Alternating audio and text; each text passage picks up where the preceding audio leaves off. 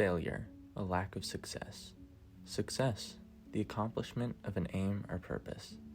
Any dictionary would tell you that these two words are antonyms, two poles of our life that can define every action we take.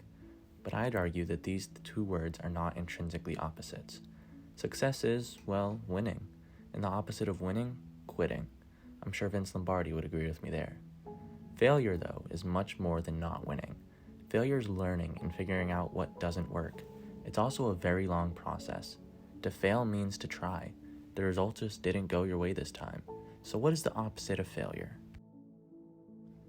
Regret, a feeling of sadness, repentance, or disappointment over something that has happened or been done.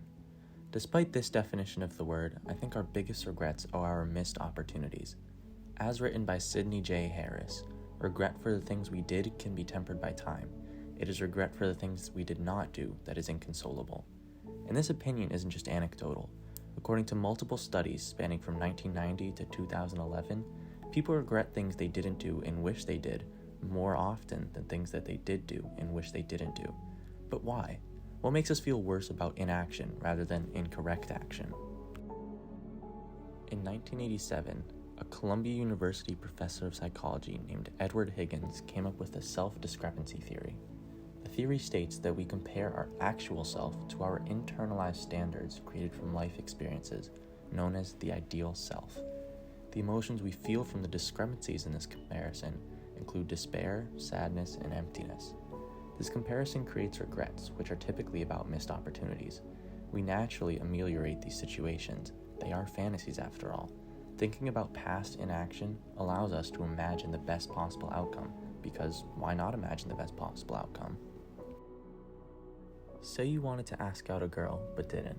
A month later, she has a boyfriend and you regret your missed chance.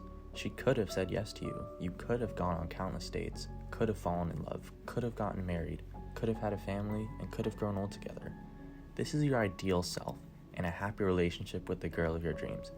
You get to imagine the best possible outcome because reality isn't telling you not to. But she could have also said no to you. You'd be in the same spot right now, without her.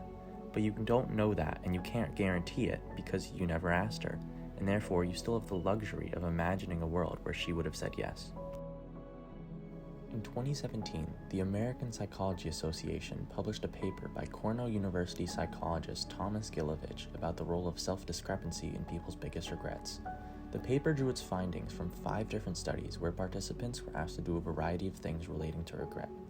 For example, one group wrote down all the regrets they could think of, while another completed a questionnaire on regret. The first 3 studies all led to the same conclusion.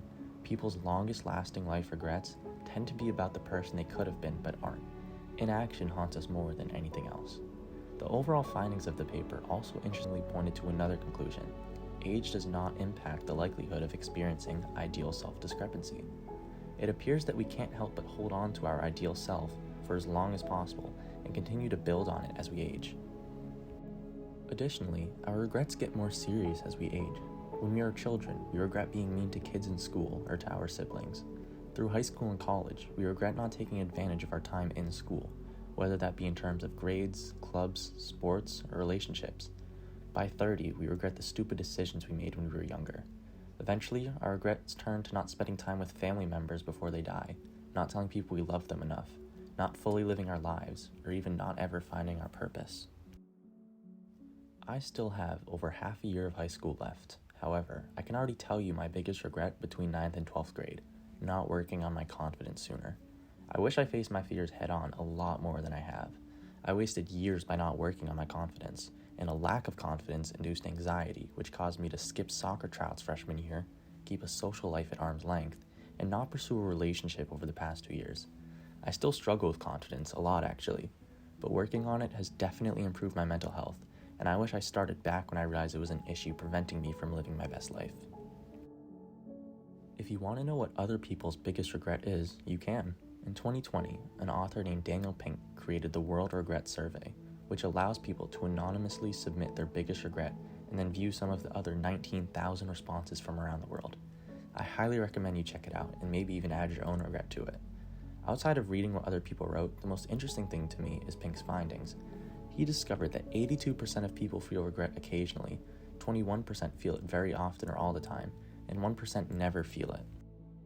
Is that possible though? Can you truly have no regrets? Or is the 1% comprised of liars? Well, sort of to all three questions. If you could live without regrets, you probably would. So these people could have just convinced themselves that they have zero regrets. After all, excessive feelings of regret are certainly bad for our mental health. In fact, a 2013 study found that participants who were asked to describe their most burdensome regret before going to sleep took 61% longer to fall asleep than participants who were simply asked to think about a normal day. As with anything though, one extreme being bad typically indicates that the opposite extreme is just as bad. It is good to be happy with where you are in life, and don't let regret take that away from you. But truly regretting nothing means ignoring teachings from the past and potentially continuing to make mistakes in the future. We are our best selves when we learn from the past, live in the present, and plan for the future. The main lesson to take from regret is that it should be battled, not ignored. If you regret something you did, try and amend it. And if you regret something you didn't do, learn from it and commit to acting differently next time. Regret helps us understand our goals, make better decisions, and avoid repeating mistakes. The goal in life is to live without regrets, but be able to deal with them when they inevitably pop up. And always try to take steps towards being your ideal self, because your ideal self leads with the heart, and nothing is lost that is born of the heart.